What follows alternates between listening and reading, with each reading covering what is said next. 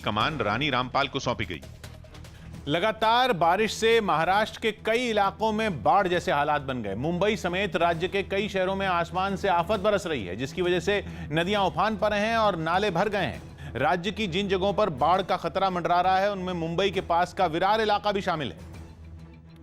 जहां तेज बारिश की वजह से बाढ़ जैसी स्थिति नजर आई, वहां बारिश की वजह से नाले भर गए। एक बड़े नाले का पानी तो तेजी से गलियों में घुस गया, जिसे देखकर ऐसा लगा कि वो गलियां समुद्र में बदल गई हों, क्योंकि पानी की लहरें समुद्र की लहरों की तरह डरा रही थी। ये तस्वीर उस वक्त और ज्यादा डरावनी हो गई जब 3 भैंसें उसमें बह गईं। वो बेजुबान भैंसें अपना डर बता नहीं पा रही थी, लेकिन उनकी हालत देखकर किसी को भी दया आ जाती। उन्होंने पानी में खड़े रहने की पूरी कोशिश की, लेकिन नाकाम रही और तिनके की तरह बहने लगी। इस बारे में प्रशासन को पता चला तो उसने तुरंत एक्शन लिया और 3 में 2 भैंसों को बचा लिया। विरार में रात में हुई जोरदार बारिश की वजह से सुबह तक हालात बिगड़ गए और वहां बाढ़ का खतरा मंडराने लगा। कुछ यही हाल बुल्ढाना में रहा। वहां बारिश की वजह से नदियों का जलस्तर बढ़ गया है और नाले भी भर गए हैं। यही नहीं, नालों में भरा पानी सड़कों पर आ गया, जिसकी वजह से सड़कें ही नदियों जैसी लगने लगी। ऐसे में लोगों की मुश्किल बढ़ गई। एक महिला ने तो जान जोखिम में डालकर रास्ता पार करने की कोशिश की, लेकिन अचानक उसका पैर फिसल गया